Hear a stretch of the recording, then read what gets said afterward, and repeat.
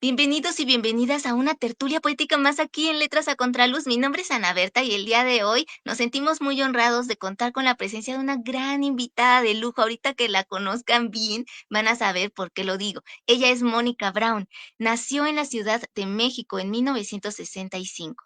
Es narradora, poeta y editora. Es licenciada en Lengua y Literaturas Hispánicas por la Universidad Nacional Autónoma de México y cursó la maestría en Letras Modernas en la Universidad Iberoamericana. Ha colaborado en publicaciones como Letras Libres, Sábado, El Ángel, Casa del Tiempo, Viceversa, Alforja, Periódico de Poesía, Casa de las Américas, El Cocodrilo Poeta, Cuo y Arcana, entre otras. En 1994 obtuvo el 27º Premio de Poesía Punto de Partida. Fue 2 veces becaria del programa Jóvenes Creadores del Fondo Nacional para la Cultura y las Artes, FONCA, 1995 y 1997, en el área de poesía. Figura en antologías de poesía, cuento y entrevista. Es autora de los libros de poesía La Luz Inversa, por parte de la UAM, 1996, y El Pan de lo Irremediable, por la Universidad Veracruzana, 2021. También es autora del libro de crónica ficción Sexo Chilango en Planeta 2006 y después en Nieve de Chamoy 2017. Y a su vez del libro de sexología Sexo sin dolor por Grijalvo 2009 en coautoría con Alma Aldana. Como editora tiene más de 30 años de experiencia. Ocupó el cargo de editora ejecutiva de la revista Viceversa. Fue directora de la revista Harper's Bazaar Latinoamérica y fue coordinadora editorial de Trilce Ediciones. También fue coordinadora general de Educación y Divulgación de la Procuraduría Federal del Consumidor, institución en la que trabajó durante 9 años realizando programas de televisión y de radio, así como editando la Revista del Consumidor y otras publicaciones. En 2017 fundó su sello editorial Nieve de Chamoy, que dirige desde entonces. También da servicios editoriales a autores independientes a través de Brown Ediciones. Pues muchísimas gracias, Mónica, por aceptar esta cordial invitación y bueno, esperemos lo disfrutes tanto como nosotros en este espacio que es ahora también tuyo. Me gustaría que nos empezaras a hablar sobre qué significado tiene en tu vida la poesía, cómo descubriste que ese era parte de tu camino y también ¿cuál es el impacto que produce la poesía actual desde tu punto de vista? Uy, empiezas leve, ¿verdad? Muy tranquila. No, bueno, la poesía es todo un tema que me causa bastante conflicto, ¿ok? Yo empecé a leer poesía muy niña, poesía que me leía mi mamá, poesía rimada.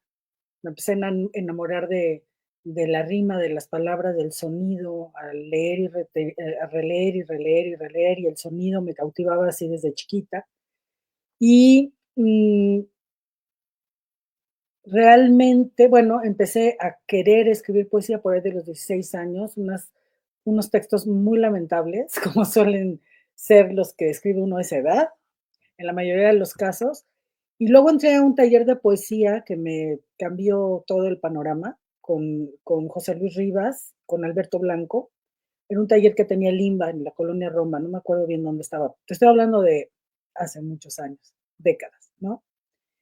Y bueno, ahí, tallereando con ellos y leyendo otro tipo de textos y tal, de repente, un día ocurrió algo como mágico. Bueno, después de leer, un poema horrible, donde me hicieron pedazos, Darío Galicia, que ya murió, que fue un poeta, importante, que ya era muy mayor para mí en aquella época, que murió hace poco, desafortunadamente.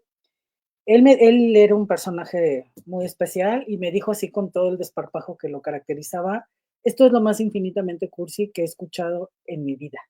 Así me dijo. Imagínate, yo tenía, no sé, yo creo que 18 años o algo así, y fue así como una revelación absoluta, ¿no? Porque, bueno, pues la poesía tiende a eso, ¿no? Uno tiende a la cursilería y la poesía está hecha de cursi, y la mala poesía pues siempre tiende a la cursilería, siempre, siempre. Entonces, En algún punto me cayó un 20, no sé cómo explicarlo, fue como una revelación y escribí un buen poema. Así, y uno que sigo considerando un buen poema y que sentí que algo en mí despertaba, no lo puedo expresar con palabras, es imposible, ¿sabes? Em, la poesía es una cosa como, ay, es que no me gusta usar esos términos porque, porque no creo en ellos, pero a la vez sí. Cuando se trata de la poesía, sí. Te voy a decir que soy una gente apasionada de la ciencia, profundamente atea, no creo en nada espiritual, porque de entrada no creo que exista el espíritu, ni el alma, o sea, no creo en esas cosas, aunque mi poesía está todo el tiempo, pero racionalmente no creo en eso. Sin embargo, creo en lo poético, y es una creencia porque pues es indemostrable, ¿no? Te voy a dar los mismos argumentos que usa la gente religiosa y eso me causa mucho conflicto, ¿no? La siento, la veo, yo sé que está en mí, la percibo. Es lo que sí dice la gente religiosa. Yo la oigo y digo, estás loco, ¿no? Para mí. Y es lo mismo es mi discurso con la poesía. Un ente, una cosa inmaterial que existe, que está ahí, que se percibe, que se siente, que te habla, que te toca, que te transforma. ¿No? Entonces, claro, todo ese discurso me causa mucho conflicto, porque te digo, tengo una parte muy racional que no cree en eso en lo absoluto, pero sí, al mismo tiempo sí. Bueno, ahí cuando me sentí tocada por la poesía, ¿no? Sentí que yo tocaba la poesía también y que entendía de qué iba la cosa, pues ya me puse a escribir poesía. Muy poca, muy poca, cada vez menos. Y bueno, pues tú viste mi libro de poesía, lo publiqué, el primero que publicó la UAM, lo publiqué a los 30 años, que ya estaba yo rookies. Y el pan de lo irremediable, pues imagínate, hace 3 años, ¿no? Ya bastante más grande. Y eso es todo mi poesía, o sea, esta es mi obra completa. ¿Okay? Este librito son mis obras completas porque incluye libros del pan de la luz inversa. No son poemas nuevos de entonces. O sea, sí hay poemas nuevos, pero muchos están ya en ese libro. Y hace mucho no escribo un solo poema más. Esa es mi relación con la poesía. Hace muchísimo que no escribo un solo poema. Ya sé que me vas a preguntar por qué, pues me adelanto y te digo que tiene mucho que ver con esto que te decía híjole, de un carácter casi sagrado que le doy a la poesía. Me oigo y me horrorizo de mí, de decir esas palabras, pero es cierto, o sea, no, hace mucho no siento la necesidad desde la tripa de decir algo por medio de la poesía. Y cuando he tratado de escribir sin esa necesidad, sin ese impulso que viene desde lo más hondo de mi ser, el resultado es X, es totalmente prescindible, es vacío, es aburrido, no tiene nada, ¿no? Todos los poemas que hay en mi libro son producto de algo muy interno, profundo y honesto, ¿no? De algo que quiero expresar, de algo que quiero encontrar, de algo que me ha movido muy fuertemente, me ha tocado muy hondamente. Y bueno, claro que puedes escribir por escribir y puedes regodearte en el lenguaje y hacerlo muy bien, etcétera, pero a mí no me interesa, no me sale o no se me da. Entonces, como ya hay demasiado ruido en el mundo como para agregarle algo sin valor. Yo no he escrito nada que a mí me guste, que yo considere que vale la pena hace mucho tiempo, por lo menos en poesía. Y entonces, pues la musa me abandonó, yo la abandoné a ella, o no sé si vamos a volvernos a encontrar en algún momento. Yo siento que sí, pero de momento no. Entonces, bueno, esa es mi relación con la poesía. Y luego me preguntabas, el papel de la poesía actualmente o algo así, y fíjate qué desolador, porque me parece desolador, porque hace poquito un amigo posteó en Facebook un estudio, no lo leí a fondo, o sea, no lo leí todavía porque me da hasta no sé qué leerlo. Bueno, pero hicieron un estudio en personas mostrándoles poemas escritos por personas y por inteligencia artificial, y a la mayoría de las personas les gustaba más lo escrito por la inteligencia artificial. Entonces, imagínate qué desolador y qué deprimente resulta eso. Algo leí de que parece que el motivo por el cual la gente le gustaba más la poesía escrita por inteligencia artificial, que debo decir es pésima. Yo no he leído nada escrito por inteligencia artificial en poesía que no sea una absoluta basura, nada, pero la gente lo entendía. Entonces, lo que pasa con mucha poesía, con mucha buena poesía, es que no se le entiende. No es fácil entenderla, no la entiende cualquiera, ¿no? Porque justamente ahí está la magia de la poesía, ¿no? Cuando eres tan transparente y tan directo y tal, pues no estás haciendo poesía, estás haciendo prosa cortadita en versos, ¿no? Y mucha gente hace eso, ¿no? Dice lo que quiere decir, lo corta en versos y cree que eso es poesía y pues eso no es poesía. Entonces, pues eso pasa. La poesía siempre ha tenido pocos lectores, cada vez menos. Yo creo que es muy poca la gente que lee poesía y lo más triste es que de la gente que lee poesía y te diga que le gusta la poesía, el 5% lee buena poesía y entiende buena poesía, ¿no? Entonces, mucho de lo que se considera poesía, pues ni siquiera lo es, ¿no? Así veo el panorama, así de optimista soy respecto del tema. Está muy bien que ahorita nos plantees otra visión poética, porque siempre, pues, uno dice, no, el poeta siempre va a estar apegado a la poesía y no, hay veces que uno se aleja, vuelve a acercarse, está en esa lucha, ¿no? Con su mismo ser poético. Ujú. Y es muy valioso que ahorita nos compartas, eso que estás viviendo tú. Me gustaría que ahora, en este sentido que nos mencionas, hay buena poesía, hay mala poesía, ¿quiénes consideras que podrían marcar, en gran parte tu obra a través de esas lecturas que has hecho a lo largo de tu vida? ¿Quiénes son tus referentes poéticos y literarios? Bueno, yo admiro mucho la obra de Octavio Paz. Me encanta Gorostiza. Desde muy chica me encantaba Gorostiza. Me encantaba no entender absolutamente nada de lo que decía y al mismo tiempo sí y estar hechizada por Gorostiza, por ejemplo. Es un poeta que me encanta. Me gusta mucho, yo creo que la fan número uno de Tomás Segovia. Me fascina Tomás Segovia. Yo me fui un año de México y me llevé un libro, un solo libro, que fue Anagnórisis de Tomás Segovia. Me lo llevé conmigo un año, no podía estar separada de mi libro Biblia, que era ese. Eh, me gusta, me gusta Rosario Castellanos, bueno, me encanta Sor Juana, me gusta Rilke. ¿Qué te puedo decir? O sea, me gustan muchísimos poetas, pero de los consagrados y grandes, ¿no?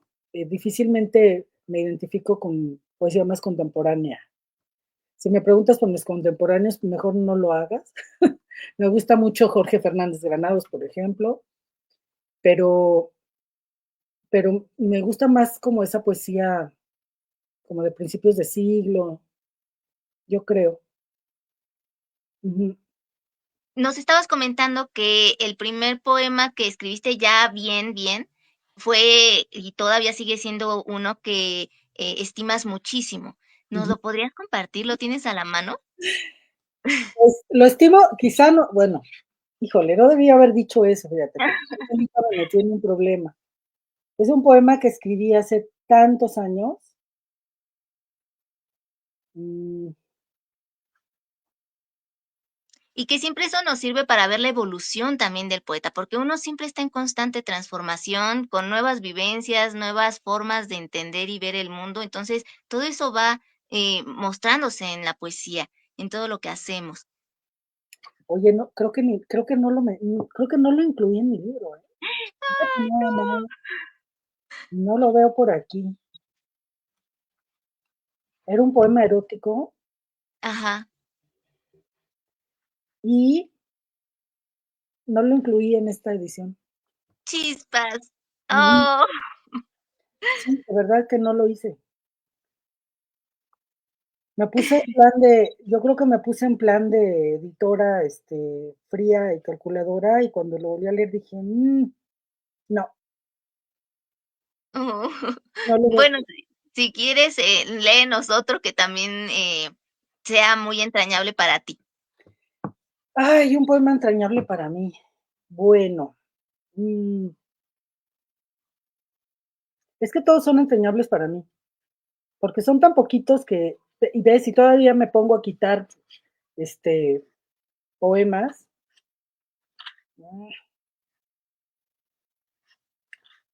Qué mala, ¿eh? Y me arrepiento de haberlo sacado ahora que lo veo fuera. Más ahora que no lo veo aquí. Ujú. Bueno, sirve para hacer una nueva edición, incluirlo. A ver, espérame, ¿qué les leeré? ¿Qué les Sí. leeré? Espérame. Y ese poema que ahora ya nos creaste ese misterio, ¿cómo se intitulaba? ¿Te acuerdas?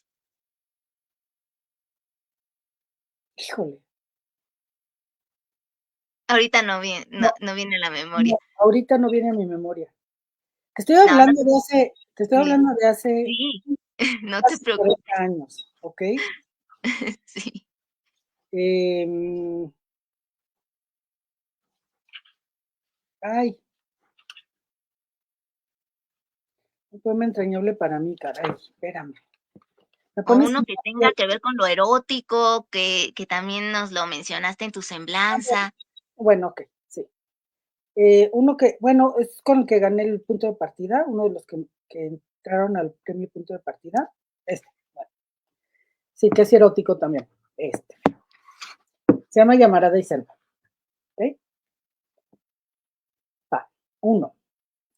Toda la noche es un jaguar de espuma, óyelo montándose en mi vientre, míralo detrás de los latidos, su garra encubierta en los pezones, sus patas extendidas hacia el encaje de luz entre las frondas.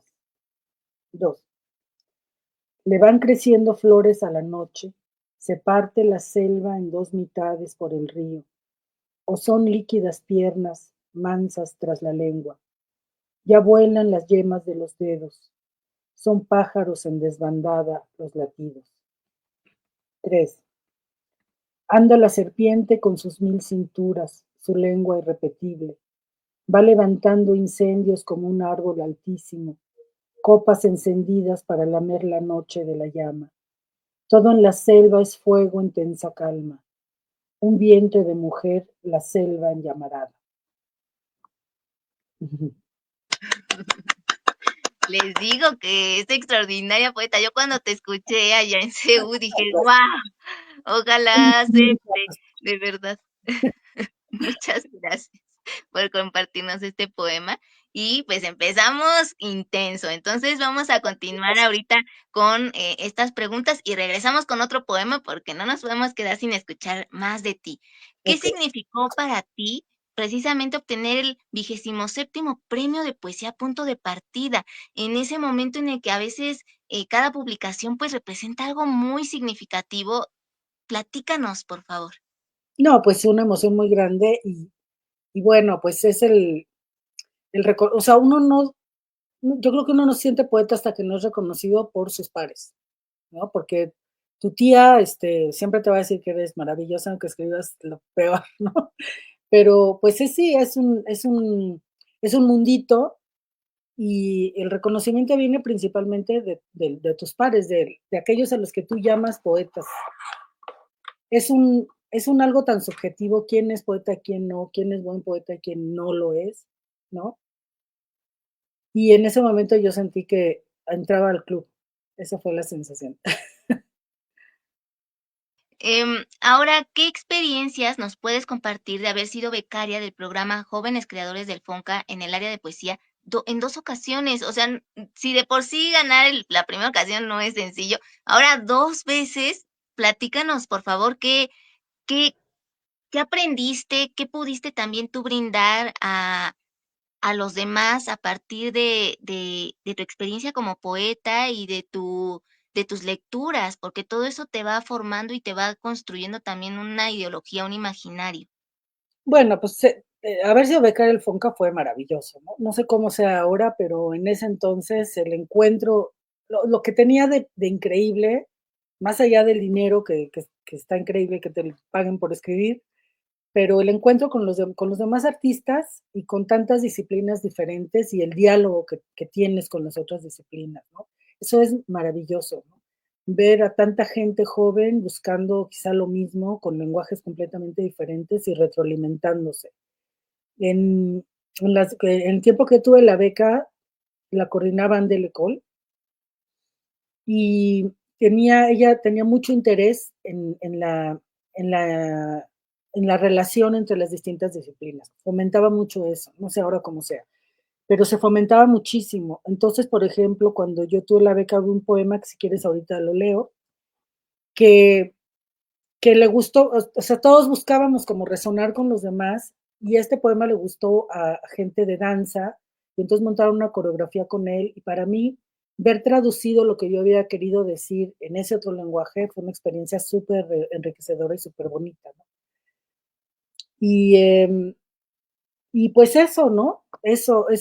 Los encuentros eran maravillosos, además de por las borracheras que nos pegábamos y por lo divertido que era conocernos y convivir, pues sí, resonar con esos otros lenguajes artísticos es padrísimo, es súper enriquecedor. Em, ¿Qué técnicas de allí puedes, compartirnos que hasta la fecha consideras que son útiles para quien se quiera dedicar a la poesía? Uy, no, no te puedo decir técnicas porque estamos hablando del siglo pasado, no seas así conmigo. No me acuerdo de todo lo que hablábamos en los encuentros. Mi tutora fue Miriam Moscona y fue Coral Bracho también. Entonces, pues te imaginarás que pues eran un torrente de sabiduría poética, ¿verdad? O sea, no me pidas que recuerde lecciones precisas porque no lo voy a hacer, pero lo que sí es que yo creo que hay un arte detrás de todo arte, ¿no? De todos, yo creo, posiblemente de todos, que es el de la tijera, de decirlo más con menos, de contener. Yo creo mucho en eso, creo mucho en volver a trabajar los textos y en cortar y en cortar y en cortar. Bueno, ya viste, ¿no? Hasta los poemas enteros, ¿no? De tener ese rigor y tratar de tener esa mirada objetiva, que es súper difícil. Por eso tallerear los textos es fundamental, porque son tus hijos y no les vas a ver los defectos tan fácilmente como alguien de fuera que no tiene una conexión emocional con tu trabajo y va a ver qué tiene de flojo y qué tiene de sobra.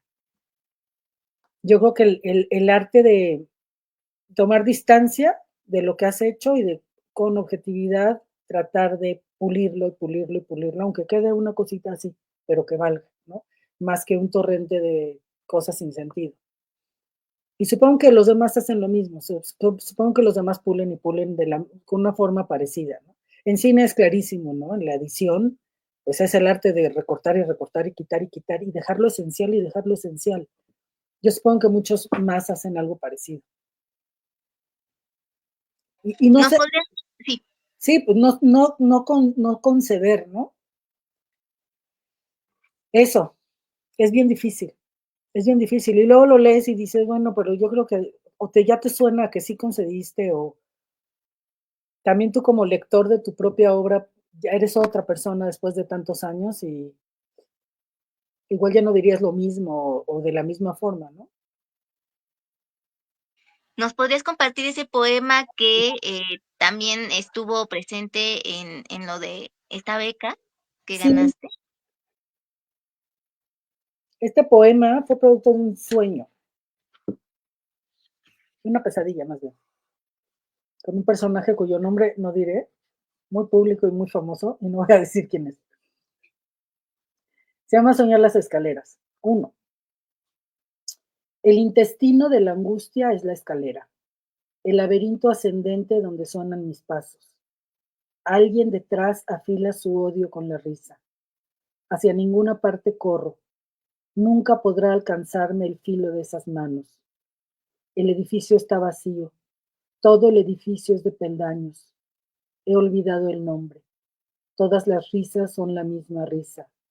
Nunca sabré por dónde está la puerta. La escalera me sube por los brazos. Alguien en alguna parte espera. Siempre cruzo la puerta equivocada.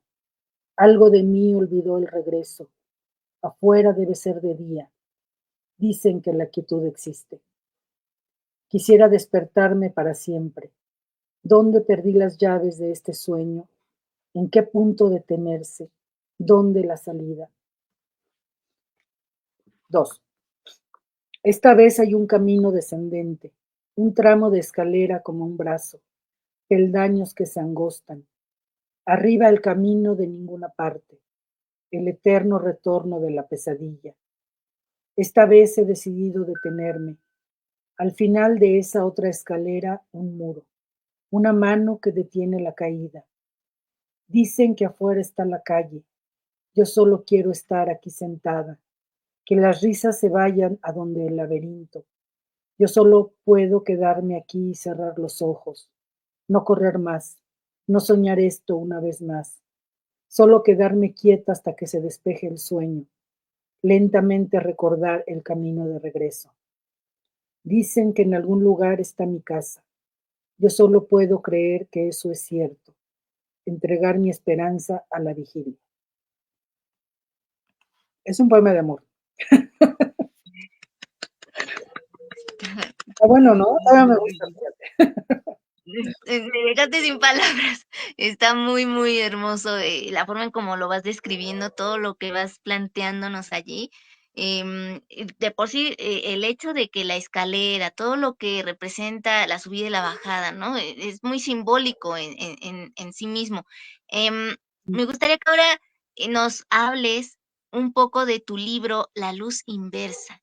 ¿De qué trata? ¿Por qué intitularlo así? Y bueno, ¿qué es lo que te dejó ese libro como poeta? ¿Y qué quieres tú dejar, a través de este libro a tus lectores? Bueno, la luz inversa, pues obviamente es la oscuridad y son poemas, pues oscuros, ¿no? Son poemas de la búsqueda, como en este poema ves, entre estar ahí y no querer estar ahí, ¿no? De esa búsqueda de salir de la propia oscuridad. Em, pero no fueron escritos a lo largo de mucho tiempo. Ahí está ese poema que no recuerdo, cuyo nombre, he olvidado. Pues es una colección de poemas sin una planeación como libro, ¿no? Es una colección de poemas. ¿Qué tienen en común? Pues eso, esa búsqueda, está el amor, está la muerte, está el erotismo, están los sueños. Es ese mundo, em, que quería reflejar a través de la poesía, ¿no? Y mi propia búsqueda pues, de la poesía a través de esos versos. Y pues es un librito muy chiquito que tardé, o sea, bueno, que te digo, no escribí pensando en hacer un libro, compilé los poemas y son poemas de los 18 a los 30 años y son pocos, ¿no? Entonces, pues, ¿qué significó? Como, uf, pues también como esa validación, ¿no?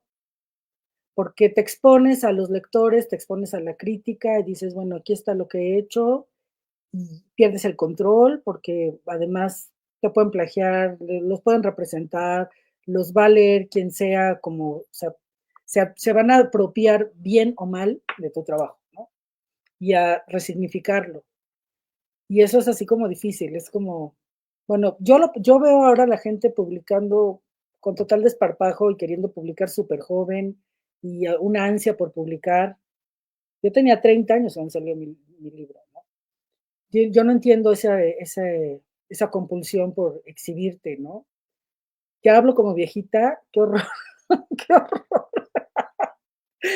Pero es cierto, eso que no sé si se haga en poesía, sé que se hace en novela y con el Wattpad y esa cosa que subes lo que escribes y no te importa si está bien, si está mal, no pasó por un editor, seguramente no pasó por un taller, y hay ese afán de hacer ruido, ¿no? De exhibirte, de exponerte. Híjole, yo soy muy exhibicionista en muchos aspectos, pero en el poético para nada, ¿eh? Para nada, para nada, para nada. O sea, yo creo en el pudor, en la paciencia, en, en, en trabajar mucho tu texto, en que finalmente no van a ser obras de arte, a lo mejor ninguno alcanza a hacerlo, pero que sea lo más auténtico y lo más trabajado y lo más serio que hayas hecho, ¿no? O sea, para mí sí es un asunto muy serio. como para botarlo así, sin más, ¿no? Y como sea, y con quien sea, y donde sea, y cuando sea, o sea, no.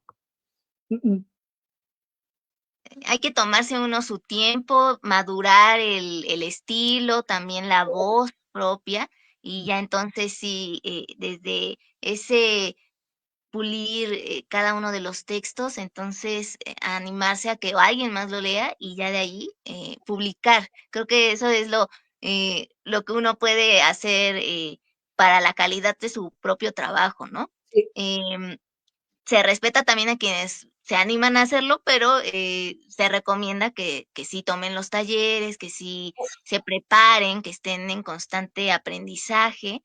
Nunca se termina de aprender en ningún, trabajo, ni en ninguna profesión, ni en ningún oficio. Siempre estás, en actualizándote, porque si no, así no se puede. es. Ahora, por otro lado, ¿qué es lo que más te gusta de escribir crónica ficción? Bueno, eso ya no lo he hecho. Yo, bueno, así le puse a mis crónicas de me invitaron a escribir una columna en la revista Chilango, desde el número cero de la revista, ¿no? Yo no había escrito casi nada de prosa, había escrito algunos cuentos, ¿no? Todos eróticos también. Entonces, como que me encasillaban en que a mí me gustaba escribir de erotismo, ya sea en cuento o en poesía. Y pensaron para la revista Chilango que sería padrísimo hacer como unos textos al estilo de Sex and the City, que era originalmente, bueno, que en ese entonces estaba muy en boga, ahorita ya volvió a estar de moda, pero en ese entonces estaba más de moda. Estamos hablando de que del 96 o algo así. Y, y querían, Sex and the City primero fue una columna de periódico antes de volverse una serie. Entonces la protagonista por eso escribe su columna, ¿no? Porque en la vida real era una columna. Entonces dijeron, ah, pues, ¿quién podría hacer unos relatos de su vida como mujer, soltera y liberal y fan del erotismo, etcétera? Pero no en Nueva York, sino en la Ciudad de México. Entonces pensaron en mí y me invitaron. Yo así como, pero ¿cómo? Pero real, pero no. Pues el chiste era que fueran relatos reales, ¿no? Entonces, bueno, pues me aventé y ahí, como eran cosas reales, algunas, bueno, todas, pues, prácticamente todas, pero había que meterles como ficción, ¿no?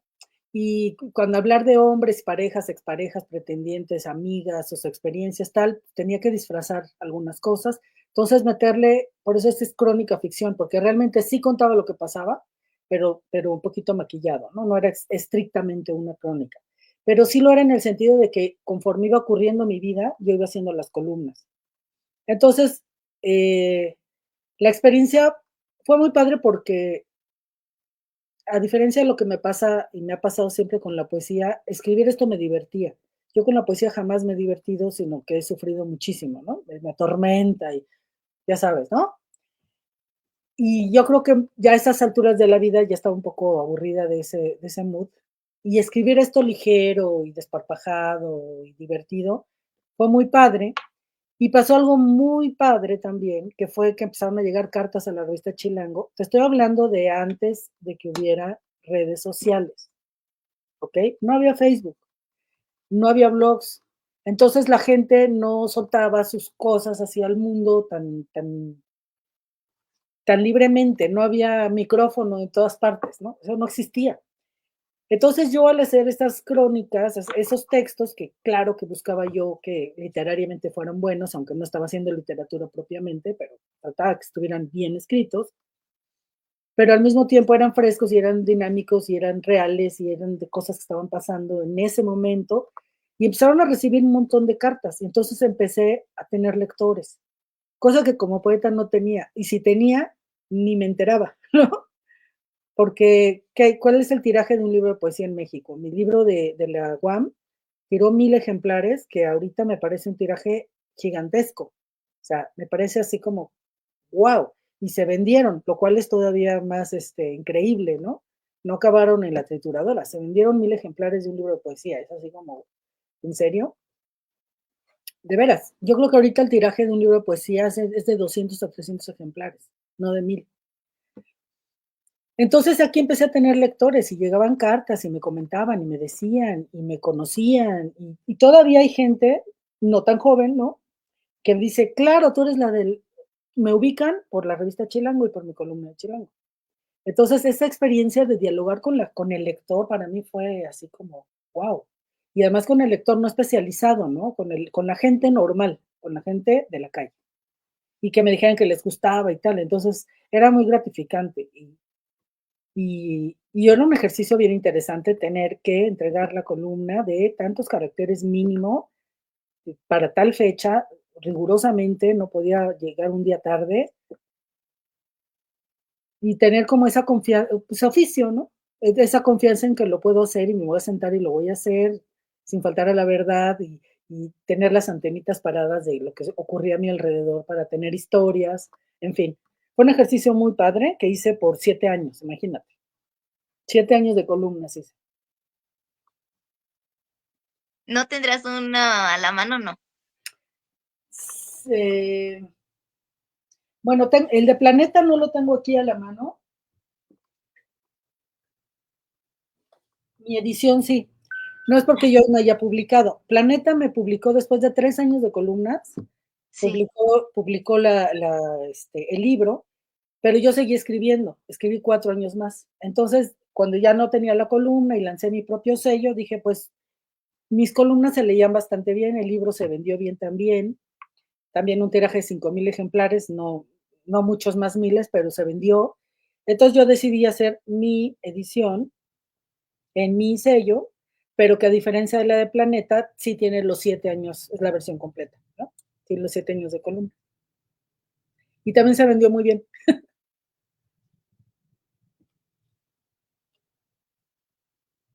Pues, ¿te escuchamos alguna crónica ficción que nos quieras ¿Cómo compartir? crees? Aunque sea un fragmento. Uy, mm,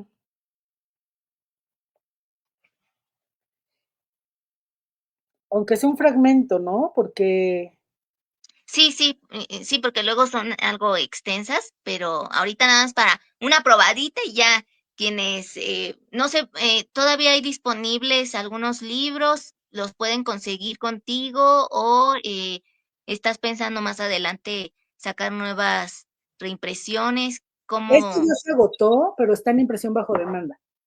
Es Ah, como okey. ahorita. Si lo buscas en librería, sí lo encuentras y se imprime cada ejemplar. Ah, perfecto. Ay, ese sí no lo tenía previsto, espérame. Mm, es que se van hilando como una novela. Eso es lo que tiene este libro, que como son historias reales de 4 amigas, pasa una cosa, pasa otra y se queda el capítulo, como las novelas por entregas del siglo XIX, ¿no? Entonces, algo que haga sentido así solito. mm,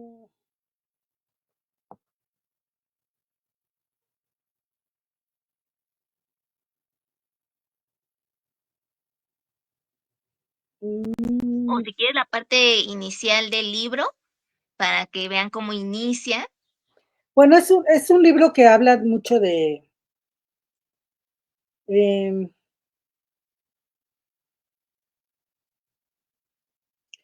este es un libro, es que hasta ahora lo veo y es tan políticamente incorrecto, que toda feminista menor de 30, yo creo que se ataca, si lo lee, se ataca. Ujú. No sé ni qué leer, ¿eh? Eh,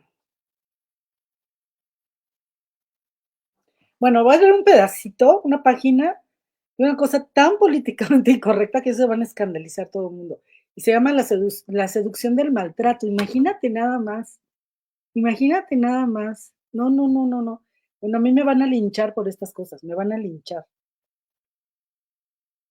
No, se tiene apertura y es sin censura. Ahora sí que, nos muestran distintas visiones y, No, no, no. a veces ahí está, ¿no? Entonces hay que atender esas situaciones, esas problemáticas, eso que está sucediendo en la sociedad y verlo desde distintos puntos. No, es que esto es muy políticamente incorrecto, ¿eh? De verdad, qué Tú cosa. sin tú sin problema, tú No, no, léenos. no. ahí va, se llama La seducción del maltrato. Dice, a veces, bajo el influjo de altas descargas hormonales capaces de nublarnos el juicio, las mujeres inteligentes confundimos la virilidad con el maltrato y la testosterona con los más sublimes valores del espíritu. Así mi amiga Tania, exitosa diseñadora de moda, fue seducida por un sujeto adicto al gimnasio, muy guapo y muy primitivo, por lo demás bastante bueno para nada, con el que anda como conejita de criadero desde hace ya un mes. Y en la montaña rusa, porque luego de alcanzar juntos las estrellas desde la comodidad de la cama, regresan a tierra firme y ahí ella se da cuenta de que él se encuentra a años luz de parecerse al hombre con el que quisiera estar el resto de sus días, con lo que de la felicidad más alta pasa vertiginosamente a un estado de angustia. ¿Qué hace una mujer como ella al lado de un don nadie que para colmo la trata con cierto desprecio, la deja plantada y medio se hace del rogar? Tener los mejores orgasmos de su vida, es la respuesta. No la puedo criticar, pues yo misma más de una vez he estado en su situación. La que nunca se haya enredado con un patán que tire la primera piedra. Y es que los patanes suelen ser buenísimos en la cama, seguramente porque les tienes sin cuidado tanto tu femenina persona como lo que pienses de ellos, y eso como que los libera. Así dan rienda suelta a todas sus fantasías sexuales, te tratan un poco como objeto y se sirven de ti, lo cual, confesémoslo, es absolutamente excitante y mientras más feminista y fuerte es una, más excitante resulta. Ya, no puedo seguir. ¡Qué horror! Pero es parte. Muchas mujeres también que sufren violencia, pues no ven esa otra parte, ¿no? Y tú lo estás exponiendo allí claramente. ¿Por qué te gusta y por qué no debería de ser así, ¿no? Pero Por machismo, por machismo, por... claro, sí, No, y no, abres el diálogo. Entonces es una maravilla porque precisamente creas esa polémica y entonces unas van a defender un punto, otras van a defender el otro, eh, hasta la fecha, sí, temas actuales. sí, Em, Ahora, porque el tiempo se nos va volando, pero no me quiero ir sin que antes nos hables de tu sello editorial, Nieve de Chamoy. ¿Qué distingue a Nieve de Chamoy y qué autores han formado parte de tu catálogo? ¿Cómo es que pueden publicar con ustedes y cuáles son los próximos títulos que tienen en la mira? mira, los próximos títulos en la mira son cero, porque hace 2 años que no estoy publicando nada en mi sello. Mi sello se distinguía por publicar autores, textos controvertidos, textos no fáciles. Este sí lo es, pero hay otros que no. Publiqué, por ejemplo, Legión de Pablo Soler, una otra edición de Legión, porque ya había estado publicado 3 veces antes, pero yo presumo la mía como la mejor, actualizada, corregida, con un capítulo nuevo, con un prólogo padrísimo, hecha con mucho cuidado, que no es un libro fácil. Eh, Publiqué, por ejemplo, a Mario González Suárez, que no es un autor tampoco fácil, y una novela suya reciente, bastante difícil de leer, muy interesante. Eh, Autores nuevos, por ejemplo, que era su primer novela o su primer libro, como Héctor Rojo, como Mateo Miguel García, Bela Brown, que es mi hermano, pero no lo publiqué por ser mi hermano, sino porque es muy buen escritor. Entonces lo mismo, David Miklos, entre autores conocidos y no conocidos, eso no me importaba, con una propuesta original, ¿no? Eh, Uno de esos libros, por ejemplo, Nubecita, que fue la primera novela de su autora y que es mi bestseller, déjate lo enseño. Mm,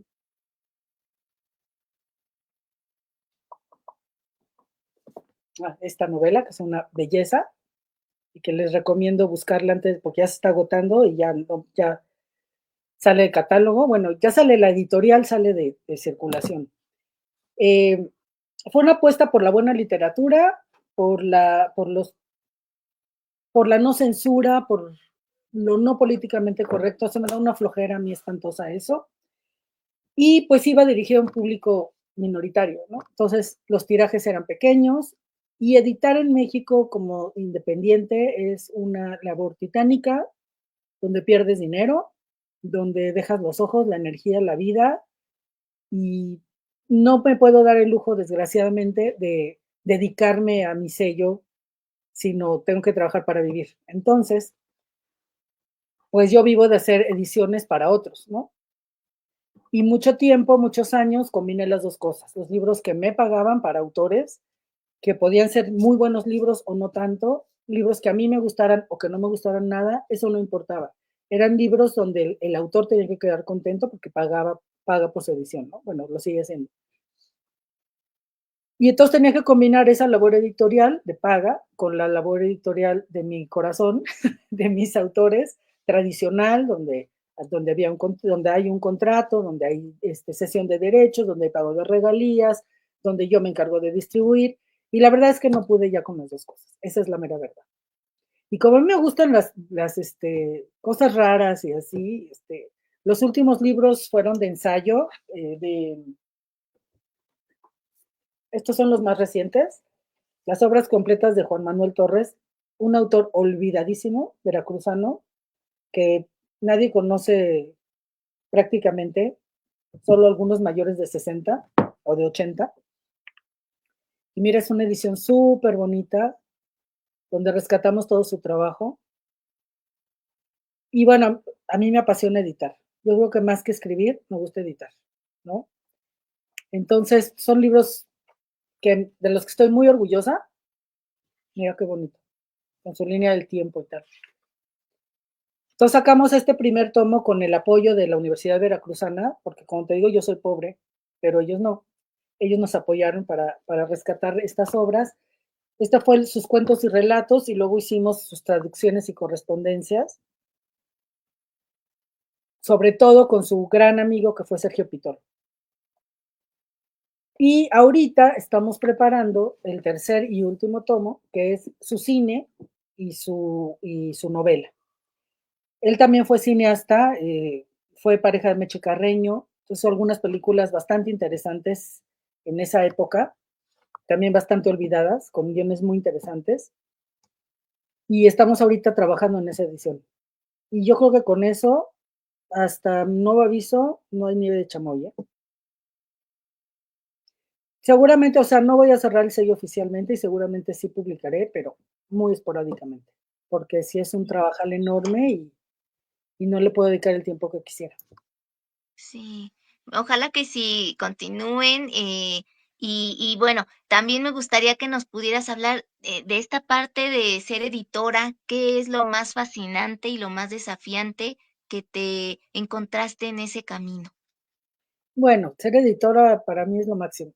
Me encanta porque, bueno, es de lo que he vivido desde hace 30 años. Desde, no sé, empecé a hacer corrección de estilo, yo creo pues sí, a los veintitantos, ya voy a cumplir 60, entonces imagínate. Y lo más bonito de editar es que no dejas de aprender nunca, nunca, nunca, nunca, nunca, nunca. Entonces siempre o sea, abarca tantas cosas, ¿no? No soy diseñadora, he trabajado con diseñadores toda la vida, pues algo le sé, pero no soy diseñadora. Entonces, para mí, por ejemplo, ese es un mundo fascinante, el mundo de la tipografía. Clavarte en la tipografía, en qué tipografía es la mejor para cada obra, ¿no?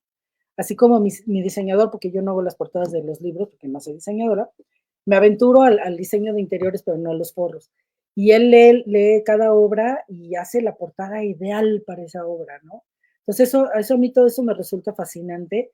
Y el trabajo de relojería, que es meterte en un texto, desde el amor al lenguaje y a la literatura y al trabajo bien hecho y a los libros en sí, pero también desde el rigor más absoluto, ¿no? Y esa mirada así desapegada y decir, aquí esto resbala, ¿no? Aquí esto no, esto dudo, esto, y empezar a dialogar con los autores y sugerirles cosas y eso, hacer que ese texto que viene en un Word resulte en el objeto más bello, pulcro y preciso posible, que tiene su parte creativa importante.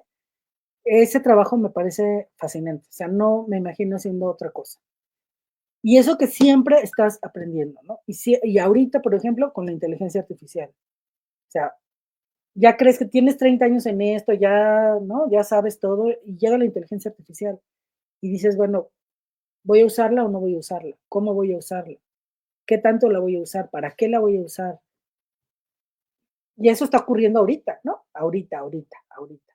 Entonces eso me encanta porque no te puedes aburrir jamás, jamás.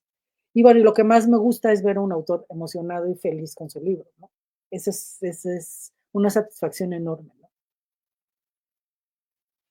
Y ahora sí, para terminar, por favor, compártenos otro de tus poemas y tus ¿Ok? redes sociales, próximos eventos en los que vayas a estar o algo que estés armando. Pues no ando armando muchas cosas. Voy a estar en la presentación de un libro de poesía de un autor al que le edité su libro. Ese es lo próximo que va a hacer, que va a ser este 21 de noviembre, un libro de poesía que se llama Vals de Piedra de David Atié, que se va a presentar el 21 de noviembre a las 7 en el Instituto de Cultura Superior. ¿Ok? Y ahí yo voy a estar presentando este libro, pero desde el punto de vista de lo que fue editarlo. Eso es como lo que tiene de particular mi participación. Y, y ya, y ya. ¿Qué más? Bueno, te leo un último poema. Mm,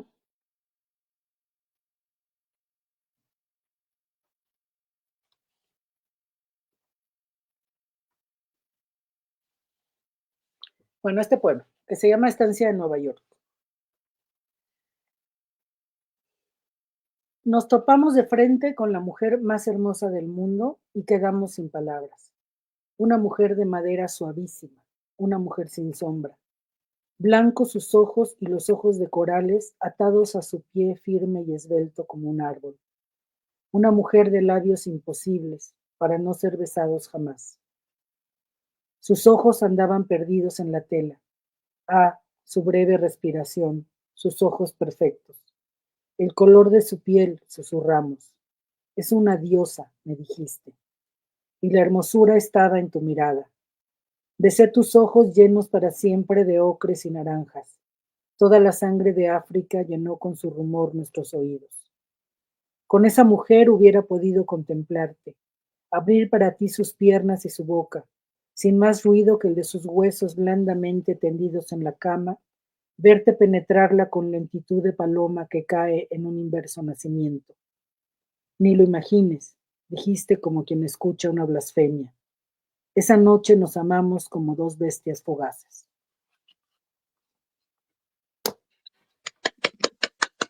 Un excelente cierre. Muchísimas gracias, Mónica Brown, por habernos acompañado aquí en Letras a Contraluz. Ha sido todo un placer escucharte sin, sin tapujos, así sin censura. Eso es extraordinario. Muchas gracias, de verdad, Gracias. por la confianza. Y bueno, te deseamos muchísimo éxito, que de verdad Nieve de Chamoy regrese muy pronto y que encuentres la manera de empalmar todo lo en tu vida y que todo se vaya dando. Un abrazo a quienes vieron este video en vivo, a quienes lo ven en diferido y por supuesto a ti, nuestra invitada de hoy, nuestra invitada de lujo, Mónica Brown. Ya la escucharon, ya la conocieron, síganla por favor, búsquenla donde quiera que esté porque es Ay, una sí, no tengo mis extraordinaria redes. poeta. No tengo mis redes porque no uso más que Facebook, la verdad. Entonces, bueno, ahí me encuentro como Mónica Brown y hay muchas, pero yo soy the one and only. Sí, única e irrepetible. Pues muchísimas gracias, de verdad. Que tengan un extraordinario fin de semana y nos vemos en la próxima tertulia. Hasta la próxima.